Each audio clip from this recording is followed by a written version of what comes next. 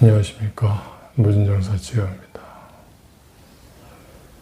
오늘은 태을금화종지 회광조식에 대해서 말씀을 드리겠습니다. 이 조식, 숨 쉬는 거죠. 태물금화종지가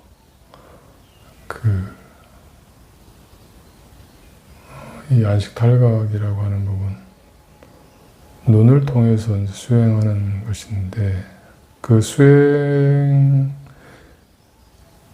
성패를 좌우하는 것은 사실 눈동자 고정이라는 부분과 함께 호흡에 달려 있습니다. 그리고 기본적으로 수행의 어떤 기초적인 부분을 넘어서 본격적인 본궤도로 들어갔을 때, 그 수행이 어떠한 방향으로 흐르느냐를 결정하는 것은 조식입니다. 숨 쉬는 겁니다. 상당히 중요하죠. 그러나 이 조식이라고 하는 부분은 하루아침에 되는 게 아닙니다. 하루아침에 되는 것이 아니면서 또한 수행자가 지니고 있는 성격, 감성, 습관 이런 부분과도 상당히 관련이 있습니다. 호흡에 무슨 습관이 있느냐?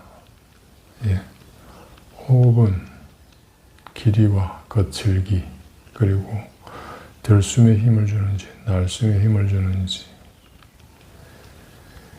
그리고 숨을 어디로 당기는지.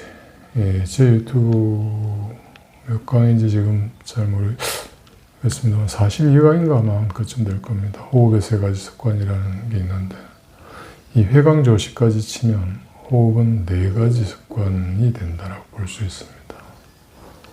숨을 어디로 당기느냐, 역시 그 사람이 가지고 있는 그 심리적 특성과 관련이 있게 됩니다. 그래서 저희 경우에는 이 회광조식에 나오는 이 호흡은 마지막에 가르칩니다.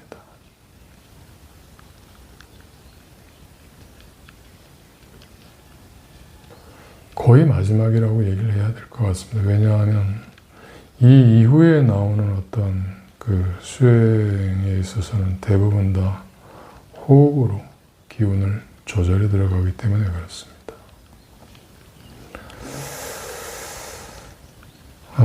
그렇다 보니 이 호흡이라고 하는 부분은 그냥 단순하게 숨을 느리거나 혹은 규칙적으로 쉬거나 라고 하는 부분이 아니라 그 사람이 가지고 있는 마음과도 관련이 있게 됩니다. 때문에 그거를 이렇게 해봐라 저렇게 해봐라 라고 하는 부분이 사실 큰 의미가 없게 됩니다. 스스로 자신의 마음을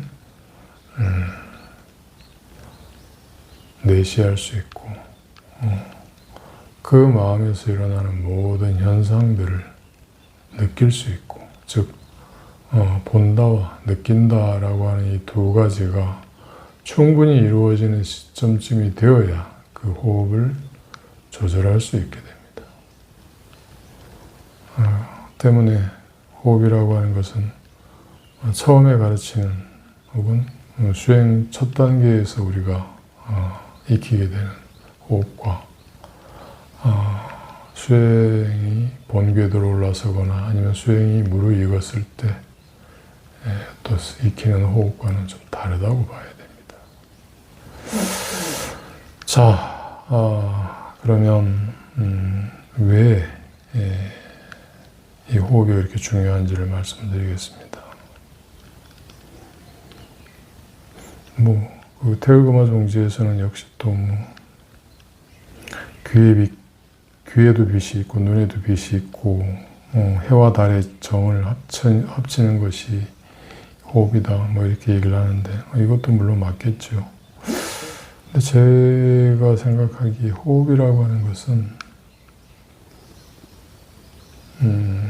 우리가 살고 있는 이 물질계, 음양으로 나뉜 이 물질계가 의식과 생명에서 동조되는 것이 바로 호흡 현상이라고 봅니다. 즉 살아있는 사람은 호흡으로 음양에 동화됩니다. 다만 거기 와가 있기 때문에 단순하게 음양으로만 남는 것이 아니라 음양을 밀고 나가는 삼태극이 나타나는 거죠. 그래서 수행에 있어서는 와가 호흡만큼 중요합니다.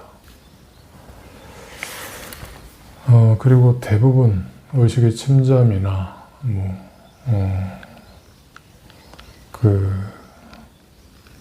중궁 혹은 중정을 이렇게 볼 때에는 그 와라고 하는 부분을 통해서 깊은 침잠,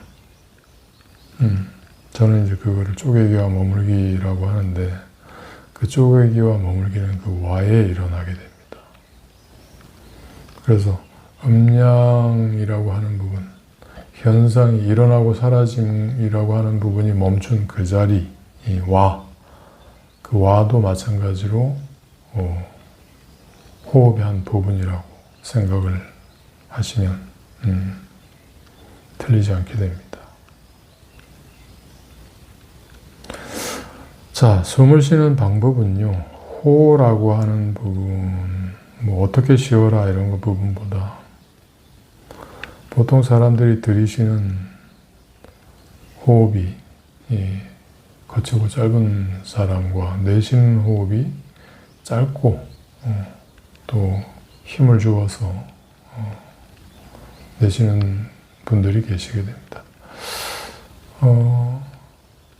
그 두 가지를 다 미미하고 안정적으로 길게 느리면서 하면 가장 좋습니다. 그러나 꼭히 그 길이 자체의 의미를 두기보다는 어느 쪽이 되었던, 들이쉬는 숨이 되었던, 내쉬는 숨이 되었던 본인이 가지고 있는 그 특성을 나타내는 부분을 천천히 완화시키는 것이 가장 중요합니다. 그래서 들이쉬는 숨이 짧은 분들은 외부, 자신 내면이 아니라 외부에 있는 어떤 감각 대상 혹은 그 나 아닌 다른 이 나의 외부라고 하는 부분과의 관계에 있어서 긴장을 한다라고 생각하시면 좀 이해가 빠르실 거예요. 주로 체질상으로는 태음인들이 들이쉬는 숨들이 짧습니다. 반대로 내쉬는 호흡이 짧은 사람들은 소양인들이 내쉬는 호흡이 짧게 됩니다. 외부에 있는 대상을 안으로 가지고 들어오는 것보다는 안에 있는 것을 밖으로 내는 것에 두려움을 느끼는 사람들이 있습니다. 그렇다 보니까 외부에 있는 대상을 가지고 들어오는 것은 뭐 우리 눈에서 드러나는 양이고 외부고 그 어떤 일련의 사건들이고 뭐 욕망이고 이렇게 되지만 안에 있는 걸 밖으로 내는 것은 음이고 감정이며 분노도 거기에 해당을 합니다. 다른 사람과의 어떤 조화 관계 이런 것을 더 중시하게 됩니다. 때문에 와를 주로 쓰는 사람, 그 흡을 주로 쓰는 사람들은 내쉬는 호흡에 숨을 짧게 합니다.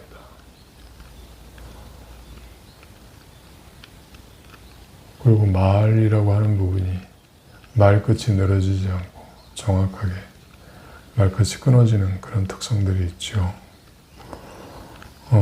이 두 가지를 다 고르게 안정적으로 바꾸시면 그 이후에 이제 수행에 있어서 새로운 어떤 경계를 혹은 새로운 지평으로 들어갈 때 나를 이끄는 원동력이 됩니다. 호흡은 단순하게 호흡이 아니라 음량, 이 음량이 나타나는 내가 그 음량이라고 하는 어떤 현상을 받아들이게 되는, 만들게 되는 하나의 운동이 되기 때문에 호흡이 바뀌면 의식이 바뀌고 의식이 바뀌면 운명이 바뀐다라고 제가 흔하게 이야기하는데 호흡이 바뀌어야 수행에 있어서 경계도 바뀌게 됩니다.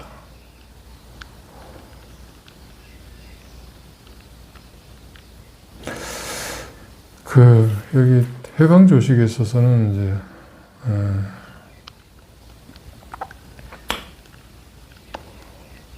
다른 부분보다 19페이지 마지막에 보면 혼침에 대해서 이야기하면서, 혼침은 전적으로 최고 마지막 줄입니다. 넉만이 작용을 일으키는 것이다. 제가 그렇게 번역을 해놨습니다. 호흡도 마찬가지로 생각이 끊어져야 부드러워집니다. 생각이 일어나면 그 생각을 따라서 호흡이 거칠어지기도 하고요. 호흡이 거칠으면 생각이나 주의 집중이 거칠어집니다. 그리고 또 20페이지고 아랫단에 보면 호흡에 있어서 묘영이라고 하는 부분을 또 설명을 하는데 그 세 번째 줄 마지막부터 읽겠습니다. 무엇을 조라 하는가? 빛을 조지요. 바로 안광으로 스스로 비추는 것이니 눈으로 안을 보는 것, 밖을 보는 것이 아닌 것이다. 밖을 보지 않으면서 성정이 끼어있는 것을 내시라 하는 것이다. 실제로 안을 보는 것은 아니다. 무엇을 청이라 하는가? 즉 이광으로 스스로 듣는 것을 말한다. 귀는 안을 듣는 것이지 밖의 것을 듣는 것이 아니라 밖의 것을 듣지 않으면서도 성정이 끼어있는 것을 내청이라 하는데 실제로 안에서 무엇을 듣는 것이 아니다. 듣는다는 것은 그 들리지 않음을 듣는 것이며 본다는 것은 그 형체 없는 형체를 보는 것이다. 눈으로는 밖을 보지 않고 귀로는 밖의 소리를 듣지 않으면 눈과 귀가 막혀 안으로 달려 들어가고 오직 내시하고 내청해야만 밖으로 달아나지 아니하며 안으로도 내달리지 아니하여 중을 지켜 원침해지지 않는다 이렇게 이야기했습니다. 그러면서 그것이 곧 해와 달의 정을 교접하고 빛을 교접하는 것이다.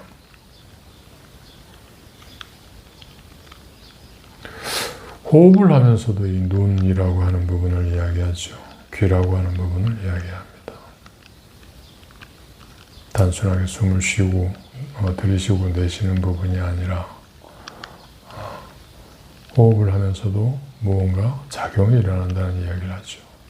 제가 지금 말씀드린 이 호흡에는 음과 양이 있고 안과 밖이 있으며 사랑과 분노가 있고 들고 남과 멈춤이라고 하는 부분이 있다는 겁니다. 그래서 이 모든 것들이 외부의 것을 가져오든 안의 것을 밖으로 내든 막힘없이 순수하게 행하는 것이 호흡이다라는 이야기입니다.